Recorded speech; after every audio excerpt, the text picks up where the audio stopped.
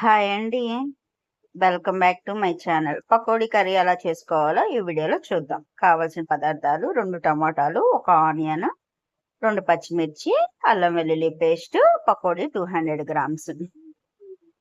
ఒక పాన్ తీసుకొని అందులో 50 గ్రామ్స్ కంటే తక్కువ, కొంచెం తక్కువ ఆయిల్ వేసుకొని, ఆయిల్ హీట్ అయిన తర్వాత ఆనియన్స్, పచ్చిమిర్చి, కరివేపాకు చిన్న చిన్న ముక్కలుగా కట్ చేసుకొని, వీలైనంత వరకు చిన్న ముక్కలుగానే కట్ చేసుకోండి. ఎందుకంటే గ్రేవీ రావాలి కదా, అవి చిన్న ముక్కలుగా కట్ చేస్తేనే కర్రీ టేస్ట్ అనేది బాగుంటుంది. ఈ ఈ ఆనియన్స్ అన్ని కలర్ మారిన తర్వాత మనం ఇందులో కొంచెం అల్లం వెల్లుల్లి పేస్ట్ 1 స్పూన్ వరకు వేసుకోవాలి. వేసుకొని దాన్ని ఆనియన్స్ కలిపి వేయించాలి. పచ్చి వాసన పోయేంత వరకు ఈ అల్లం వెల్లుల్లి పేస్ట్ని మనం వేయించాలి. మీకు గనక డైట్ వీడియోస్ కావాలి అనుకుంటే నా ఛానల్ని లైక్ చేయండి, సబ్స్క్రైబ్ చేయండి. వీడియోస్ ఉన్నాయండి, పోస్ట్ చేశాను, చూసి డైట్ చేయండి.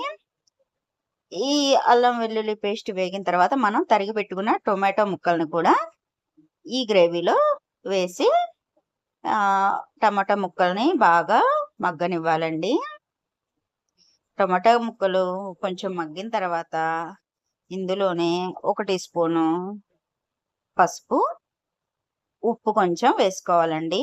పకోడీ తయారు చేసేటప్పుడు ఉప్పు ఆల్రెడీ మనం కొంచెం వేస్తాం కాబట్టి ఈ గ్రేవీకి సరిపడినంత మాత్రమే ఉప్పు మాత్రం చూసుకొని వేసుకోవాలండి. ఉప్పు వేసి బాగా కలిపి కొంచెం సేపు మూత పెట్టండి.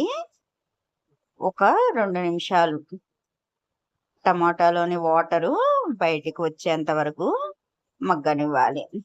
ఇలా మగ్గిన తర్వాత ఇందులోకి మనం ముందుగానే ప్రిపేర్ చేసి పెట్టుకున్న పకోడీలను ఈ గ్రేవీలోకి యాడ్ చేసుకోవాలండి.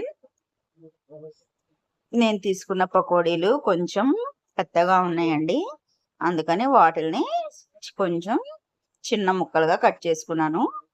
చికెన్ పీసెస్ కనుక ఎంత ఉంటాయో అంత సైజు నేను కట్ చేసి పెట్టుకున్నాను. ఇది టేస్ట్ కూడా చికెన్ కర్రీ కన్నా కూడా చాలా బాగుంటుందండి.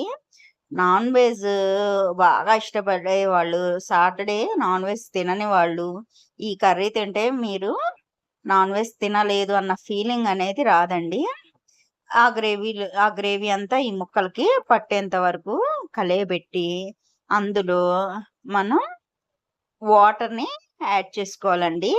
150 ml వాటర్ యాడ్ చేసుకోవాలి.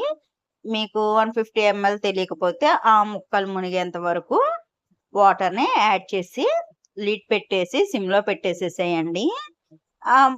ఆ గ్రేవీ అదంతా ముక్కలకి పడుతుంది. ముక్కలకు పట్టిన తర్వాత ఒక 5 to 10 మినిట్స్ అయితే ఈ కూర అంతా దగ్గర పడుతుందండి.